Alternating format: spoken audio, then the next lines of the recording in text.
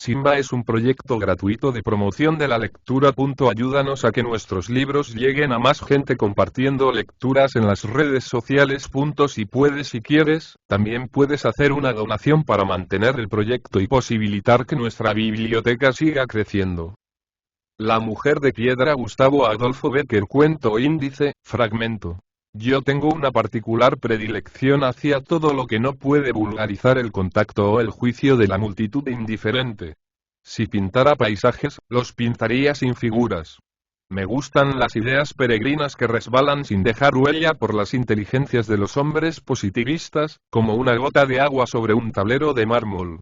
En las ciudades que visito, busco las calles estrechas y solitarias. En los edificios que recorro, los rincones oscuros y los ángulos de los patios interiores, donde crece la hierba, y la humedad enriquece con sus manchas de color verdoso la tostada tinta del muro. En las mujeres que me causan impresión, algo de misterioso que creo traslucir confusamente en el fondo de sus pupilas, como el resplandor incierto de una lámpara, que arde ignorada en el santuario de su corazón, sin que nadie sospeche su existencia. Hasta en las flores de un mismo arbusto, creo encontrar algo de más pudoroso y excitante en la que se esconde entre las hojas y allí, oculta, llena de perfume el aire sin que la profanen las miradas. Encuentro en todo ello algo de la virginidad de los sentimientos y de las cosas.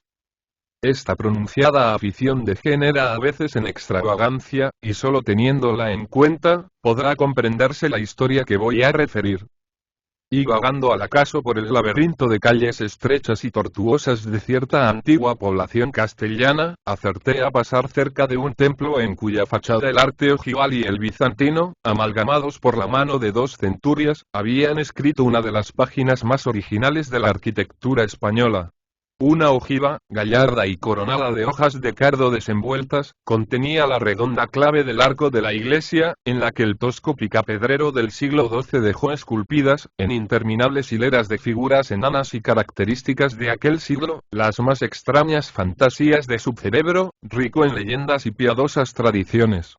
Por todo el frente de la fachada se veían interpolados con un desorden, del cual no obstante resultaba cierta inexplicable armonía, fragmentos de arcadas románicas incluidas en lienzos de muro, cuyos entrepaños dibujaban las descarnadas líneas de los pilares acodillados, con sus basas angulosas y sus chapiteles de espárrago, propios del género gótico. Trozos de molduras compuestas de adornos circulares combinados geométricamente, que se interrumpían a veces para dejar espacio a la ornamentación afiligranada y ondeante de una ventana de arco apuntado, enriquecida de figuritas más airosas y altas, y adornada de vidrios de colores. A donde quiera que se fijaban los ojos, podían observarse detalles delicados de los dos géneros a que pertenecía el edificio, y muestras de la feliz alianza con que la generación posterior supo, imprimiéndole su sello especial, conservar algo de la fisonomía y espíritu severo y sencillo en su tosquedad, del primitivo monumento. Siguiendo una invariable costumbre mía, después de haber contemplado atentamente la fachada del templo, de haber abarcado el conjunto del pórtico, con la cuadrada torre bizantina y las puntas de las agudas flechas ojivales que coronaban, flanqueándola, la cúpula de la nave central, comencé a dar vueltas alrededor de su recinto, inspeccionando sus muros, que, ora se presentaban en lienzos de prolongadas líneas, ora se escondían tras algunas miserables casuquillas adosadas a los sillares, para asomar más a lo lejos sus dentelladas crestas por cima de los humildes tejados. A poco de comenzada esta minuciosa inspección de la parte exterior del templo, y habiendo cruzado por debajo de un pasadizo cubierto, que, a manera de puerta, unía la iglesia a un antiguo edificio contiguo a ella, me encontré en una pequeña plaza de forma irregular, cuyo perímetro dibujaban por un lado la antiquísima portada de un palacio en ruinas, y por otro las altas y descarnadas tapias del jardín de un convento. Ocupando el resto y cerrando el mal trazado semicírculo de aquella plazoleta sin salida, parte de la vetusta muralla romana de la población y el ábside del templo que acababa de admirar, ábside maravilloso de color y de formas, y en el cual, satisfecho sin duda el maestro que lo trazó, al verle tan gallardo y rico de líneas y accidentes, empleó para ejecutarle los más hábiles artífices de aquella época, en que era vulgar labrar la piedra con la exquisita ligereza con que se teje un encaje. Por grande que sea la impresión que me causa un objeto, expuesto de continuo a la mirada del vulgo, parece como que lo debilita la idea de que aquella impresión tengo que compartirla con otros muchos. Por el contrario, cuando descubro un detalle o un accidente que creo ha pasado hasta entonces desapercibido, encuentro cierta egoísta voluptuosidad en contemplarle a solas, en creer que únicamente para mí existe guardado, a fin de que yo lo aspire y goce su delicado perfume de virginidad y misterio. Al encontrar en el ángulo de aquella pequeña plaza, cuyo piso cubierto de menuda hierba indicaba bien a las claras su soledad continua, el cubo de piedra, flanqueado de arbotantes terminados en agudos pináculos de granito, que constituía el ábside o parte posterior del magnífico templo, experimenté una sensación profunda, semejante a la del avaro que, removiendo la tierra, encuentra inopinadamente un tesoro. Y en efecto, para un entusiasta por el arte, aquel armonioso conjunto de líneas elegantes y airosas, aquella profusión de ojivas rasgadas y llenas de delicadas tracerías, por entre cuyos huecos se dibujaban confusamente los vidrios de color enriquecidos de imágenes, hojas revueltas y blasones heráldicos, junto con las grandes masas de sombra y luz que ofrecían los pilares, al presentarse iluminados de una claridad dorada, mientras bañaban los muros con sus anchos batientes azulados y ligeros, constituían una verdadera maravilla. Largo rato estuve contemplando obra tan magnífica, recorriendo con los ojos todos sus delicados accidentes y deteniéndome a desentrañar el sentido simbólico de las figurillas monstruosas y los animales fantásticos, que se ocultaban o aparecían alternativamente entre los calados festones de las molduras. Una por una admiré las extrañas creaciones con que el artífice había coronado el muro para dar salida a las aguas por las fauces de un grifo, de una sierpe, de un león alado o de un demonio horrible con cabeza de murciélago y garra de águila. Una por una estudié asimismo las severas y magníficas cabezas de las imágenes de tamaño natural que, envueltas en grandes paños, simétricamente plegados, custodiaban inmóviles el santuario, como centinelas, de granito, desde lo alto de las caladas repisas que formaban, al unirse y retorcerse entre sí, las hojas y los nervios de los pilares exteriores.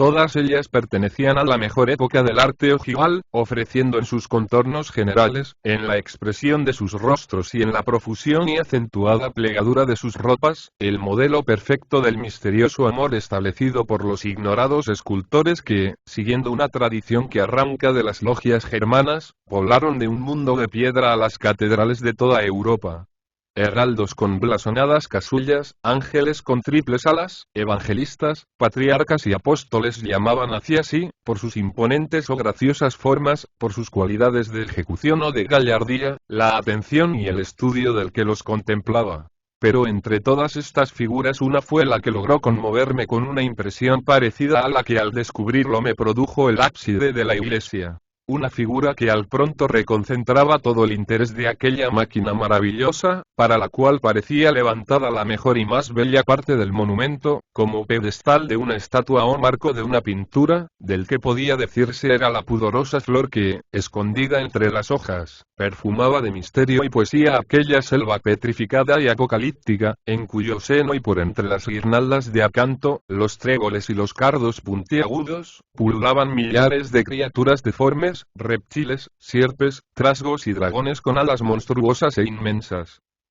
Yo guardo aún vivo el recuerdo de la imagen de piedra, del rincón solitario, del color y de las formas que armoniosamente combinados formaban un conjunto inexplicable. Pero no creo posible dar con la palabra una idea de ella, ni mucho menos reducir a términos comprensibles la impresión que me produjo. Sobre una repisa volada, compuesta de un blasón entrelazado de hojas y sostenido por la deforme cabeza de un demonio, que parecía gemir con espantosas contorsiones bajo el peso del sillar, se levantaba una figura de mujer esbelta y airosa. El dosel de granito que cobijaba su cabeza, trasunto en miniatura de una de esas torres agudas y en forma de linterna que sobresalen majestuosas sobre la mole de las catedrales, bañaba en sombra su frente. Una toca plegada recogía sus cabellos, de los cuales se escapaban dos trenzas, que bajaban ondulando desde el hombro hasta la cintura, después de encerrar como en un marco el perfecto óvalo de su cara. En sus ojos, modestamente entornados, parecía arder una luz que se transparentaba al través del granito. Su ligera sonrisa animaba todas las facciones del rostro de un encanto suave, que penetraba hasta el fondo del alma del que la veía, agitando allí sentimientos dormidos, mezcla confusa de impulsos de éxtasis y de sombras de deseos indefinibles. El sol, que doraba las agudas flechas de los arbotantes, que arrojaba sobre el templo el dentellado batiente de las almenas del muro y perfilaba de luz el ennegrecido y roto blasón de la casa solariega, que cerraba uno de los costados de la plaza, comenzó poco a poco a ocultarse detrás de una masa de edificios cercanos. Las sombras tendidas antes por el suelo y que insensiblemente se habían ido alargando hasta llegar al pie del ábside, por cuyo lienzo subían como una marea creciente, acabaron por envolverle en una tinta azulada y ligera. La silueta oscura del templo se dibujó vigorosa sobre el claro cielo del crepúsculo que se desarrollaba a su espalda limpio y transparente, como esos fondos luminosos que dejan ver por un hueco las tablas de los antiguos pintores alemanes. Los detalles de la arquitectura comenzaban a confundirse. Los ángulos perdían algo de la dureza de sus cortes a bisel. Las figuras de los pilares se dibujaban indecisas, como fantasmas sin consistencia, envueltas en la oscuridad que arrojaban sobre ellas los monumentales doseles. Inmóvil, absorto en una contemplación muda, permanecía yo aún con los ojos fijos en la figura de aquella mujer, cuya especial belleza había herido mi imaginación de un modo tan extraordinario. Parecíame a veces que su contorno se destacaba entre la oscuridad, que notaba en toda ella como una imperceptible oscilación, que de un momento a otro iba a moverse y adelantar el pie que se asomaba por entre los grandes pliegues de su vestido, al borde de la repisa. Y así estuve hasta que la noche cerró por completo. Una noche sin luna, sin más que una confusa claridad de las estrellas que apenas bastaba a destacar unas de otras las grandes masas de construcción que cerraban el ámbito de la plaza. Yo creía, no obstante, distinguir aún la imagen de la mujer entre las tinieblas. Mas no era verdad. Lo que veía de una manera muy confusa era el reflejo de aquella visión, conservada por la fantasía, porque cuando me separé de allí aún creía percibirla flotando delante de mí entre las espesas sombras de las torcidas calles que conducían a mi alojamiento. ¿Y por qué durante los 14 o 15 días que llevaba de residencia en aquella población, aunque continuamente estuve dando vueltas sin rumbo fijo por sus calles, nunca tropecé con aquella iglesia y aquella plaza, y desde la tarde en que la descubrí, todos los días, cualquiera fuese el camino que emprendiera, siempre iba a dar a aquel sitio? Es lo que yo no podré explicar nunca, como nunca pude darme razón, cuando muchacho, del por qué para ir a cualquier punto de la ciudad donde nací era preciso pasar antes por la casa de mi novia. Pero ello era que unas veces de propósito hecho, otras por casualidad, ya porque a las mañanas se tomaba bien el sol contra la tapia del convento, ya porque al caer la tarde de un día nebuloso y frío se sentía allí menos el embate del aire, iba allí a todas horas, y me encontraba frente al ábside de la iglesia, sentado en algunas piedras amontonadas al pie del arco de la antigua casa solariega, y con los ojos clavados en aquella figura que parecía atraerme con una fuerza irresistible. Más de una vez, deseando llevar conmigo un recuerdo de ella, intenté copiarla. Tantas como lo intenté, rompí en pedazos el lápiz, y maldije de la torpeza de mi mano, inhábil para fijar el esbelto contorno de aquella figura. Acostumbrado a reproducir el correcto perfil de las estatuas griegas, irreprochables de forma, pero debajo de cuya modelada superficie cuando más se ve palpitar la carne y plegarse o dilatarse el músculo, no podía hallar la fórmula de aquella estatua, a la vez incorrecta y hermosa, que, sin tener la idealidad de formas del antiguo, antes por el contrario, rebosando vida real en ciertos detalles, tenía sin embargo en el más alto grado el ideal del sentimiento y la expresión. Inmóvil, las ropas cayendo a plomo y vistiendo de anchos pliegues el tronco para detenerse, quebrando las líneas al tocar el pedestal, los ojos entornados, las manos cruzadas sobre un libro de oraciones, y el largo brial, perdido entre las ondulaciones de la falda, podía asegurarse, y al menos este efecto producía, que debajo de aquel granito circulaba como un fluido sutil un espíritu que le prestaba a aquella vida incomprensible, vida de ideas, sin movimiento y sin agitación, vida extraña que no he podido traslucir jamás en esas otras figuras humanas cuyas ropas agita el aire al pasar, cuyas facciones se contraen o dilatan con una determinada expresión y que, a pesar de todo, son únicamente, al tocar la meta de su perfección posible, mármol que se mueve como un maravilloso autómata, sin sentir ni pensar. Indudablemente la fisonomía de aquella escultura reflejaba la de una persona que había existido. Podían observarse en ella ciertos detalles característicos que solo se reproducen delante del natural o guardando un vivísimo recuerdo. Las obras de la imaginación tienen siempre algún punto de contacto con la realidad. Hay una belleza típica y uniforme hacia la que, así en lo bueno como en lo malo, se nota cierta tendencia en el arte. El placer y el dolor, la risa y el llanto tienen expresiones especiales, consignadas por las reglas. La cabeza de aquella mujer rompía con todas las tradiciones. Era hermosa sin ser perfecta. Ofrecía rasgos tan propios como los que se observan en un retrato de la mano de un maestro, el cual tiene tanta personalidad, por decirlo así, que aún sin conocer el tipo a que se refiere, se siente la verdad de la semejanza. Cada mujer tiene su sonrisa propia, y esa suave dilatación de los labios toma formas infinitas, perceptibles apenas, pero que les sirve de sello. La hermosa mujer de piedra que contemplaba extasiado. Tenía asimismo una sonrisa suya, que le daba tal carácter y expresión, que enamorarse de aquel gesto especial era enamorarse de aquella escultura, pues no sería posible hallar otra perfectamente semejante. Con los ojos entornados y los labios ligerísimamente entreabiertos, parecía que pensaba algo agradable y que la luz de su pura e interior alegría se revelaba por medio de reflejos imperceptibles como se acusa por la transparencia la luz que arde dentro de un vaso de alabastro.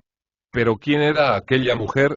¿Por qué capricho el escultor, interrumpiendo la larga fila de graves personajes que rodeaban el ábside, había colocado en el sitio más escondido, es verdad, aunque seguramente el más misterioso de toda la fábrica arquitectónica, aquella figura que tenía algo de ángel, pero que carecía de alas, que descubría en su rostro la dulzura y la bondad de los bienaventurados, pero que no ostentaba sobre su cabeza el nimbo celeste de los santos y los apóstoles?